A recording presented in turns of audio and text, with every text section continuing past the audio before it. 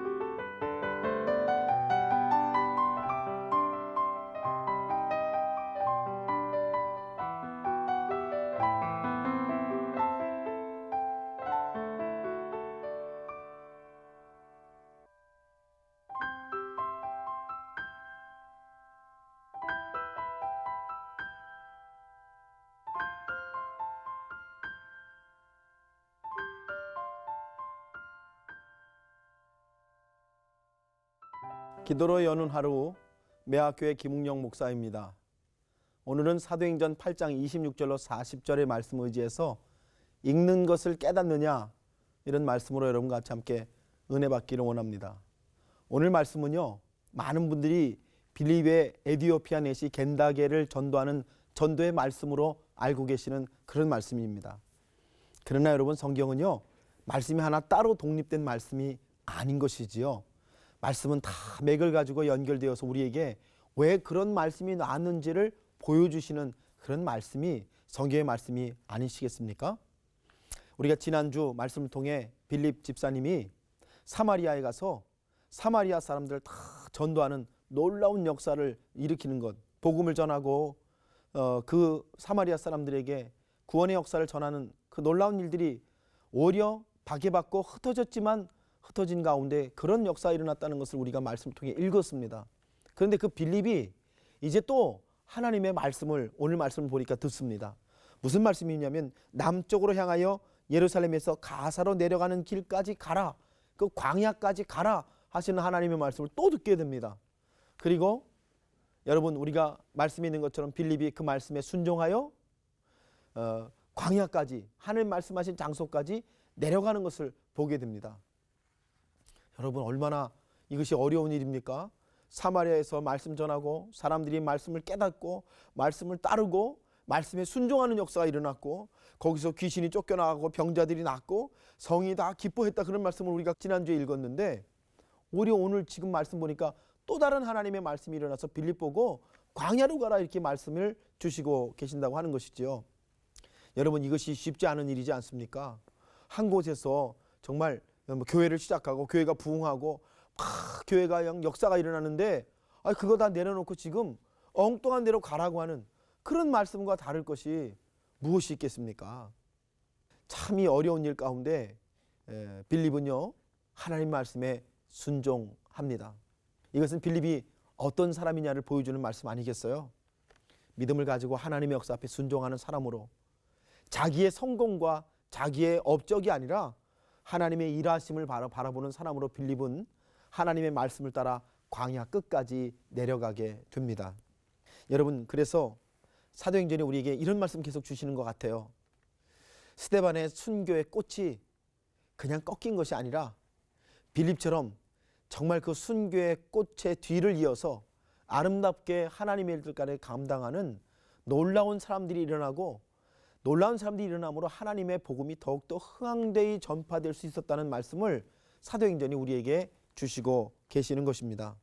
여러분, 하나님께서 빌립을 광야로 보내신 데에는 또 다른 분명한 이유가 있는 것 아니겠습니까?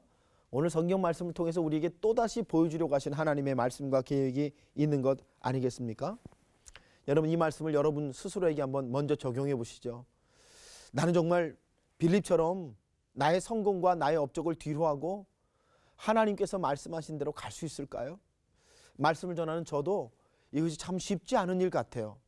그러나 우리가 하나님께 순종하여 하나님의 길을 가려고 할 때에 하나님께서 거기서 더 귀한 일들을 일으키시고 우리에게 하나님의 살아계신과 역사하심을 드러내 주실 줄로 믿습니다. 여러분, 그래서 두 번째로 오늘 말씀 보니까 그 광야에 내려갔더니 거기 에디오피아 사람 네시 겐다게라는 사람이 수레를 타고 가면서 이사야서를 읽고 있는 장면을 우리가 보게 됩니다. 빌립이 이 겐다게에게 묻지요.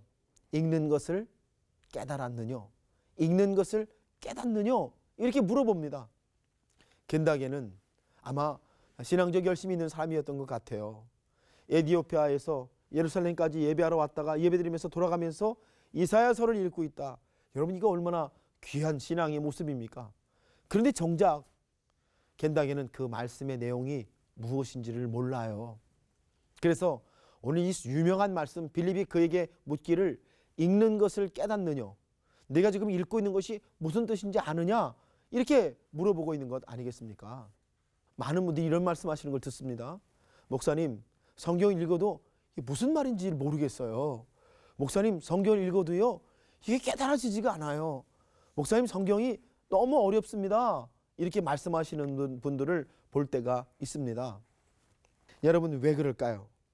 왜 성경을 읽어도 깨달아지지 않고 성경을 읽어도 어렵기만 하고 성경을 읽어도 무슨 말씀인지 알 수 없을까요? 그것은 성경을 보는 눈이 없기 때문에 그렇습니다. 여러분, 성경은 어떻게 봐야지 깨달아지는지 아십니까? 복음의 눈으로 봐야지 깨달아지는 게 성경인 것을 여러분 믿으시기를 바랍니다. 성경의 모든 말씀은요, 여러분과 저를 구원하려고 하시는 하나님의 구속사라고 하지요. 그 구속사의 핵심은 복음이고요. 그 복음을 아는 눈이 열려야만 성경이 깨달아지기 시작하는 것 아니겠습니까? 그러니까 성경은요, 예수로 해석을 해야지 해석이 된다, 그 말씀이에요.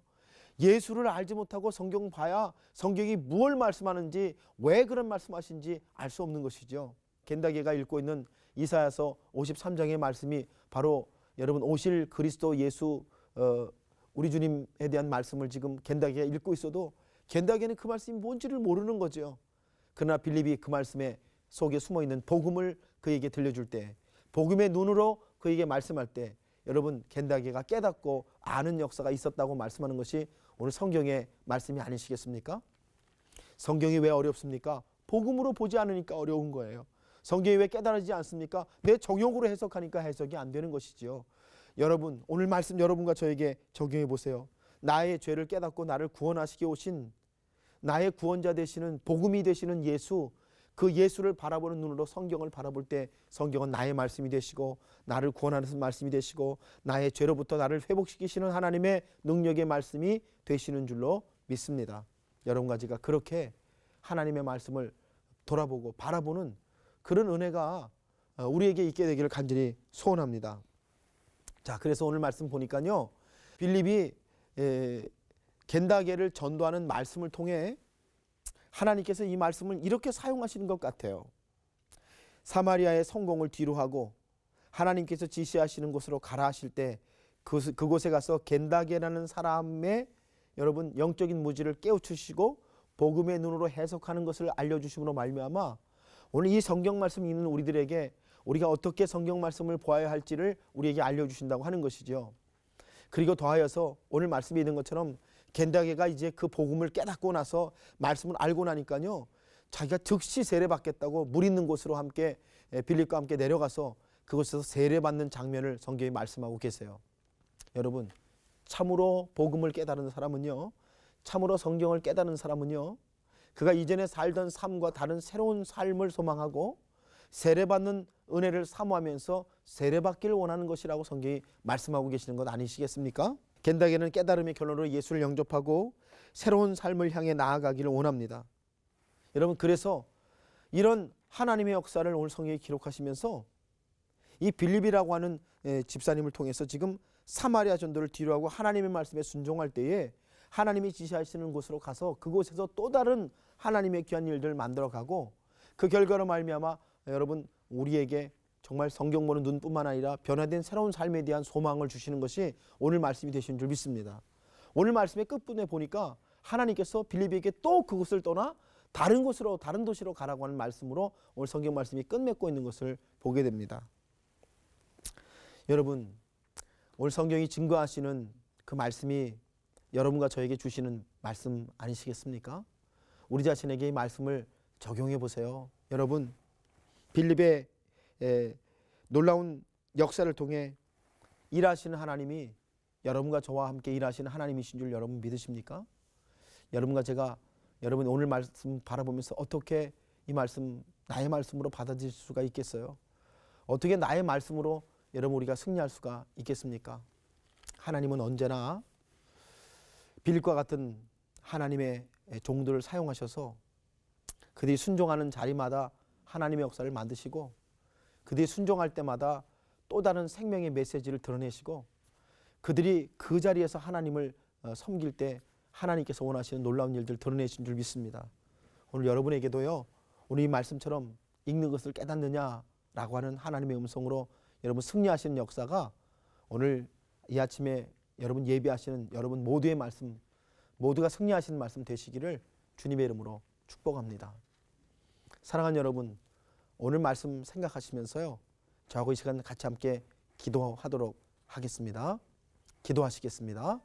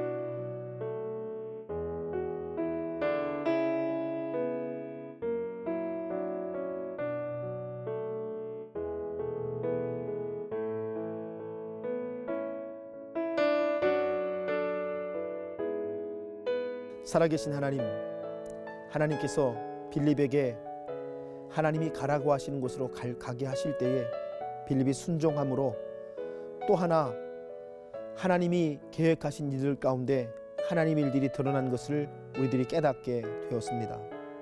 빌립의 순종을 통해 하나님 에디오피아의 내시 간다게를 하나님 회개시키시고 그에게 세례받게 하신 역사를 일으키심으로 겐다게에게 주셨던 그 말씀, 읽는 것을 깨닫느냐라는 말씀이 겐다게에만 주신 말씀이 아니라 우리들에게 주시는 하나님의 말씀인 것을 저희들이 깨닫게 되었습니다. 하나님, 오늘도 우리 가운데 역사하신 하나님을 바라봅니다. 하나님께서 우리와 함께 해주셔서 하나님께서 이루고 하시는 일들을 우리가 깨닫고 순종하여 나아가게 하여 주옵소서. 우리 주님 예수님의 이름으로 감사하며 기도하옵나이다. 아멘.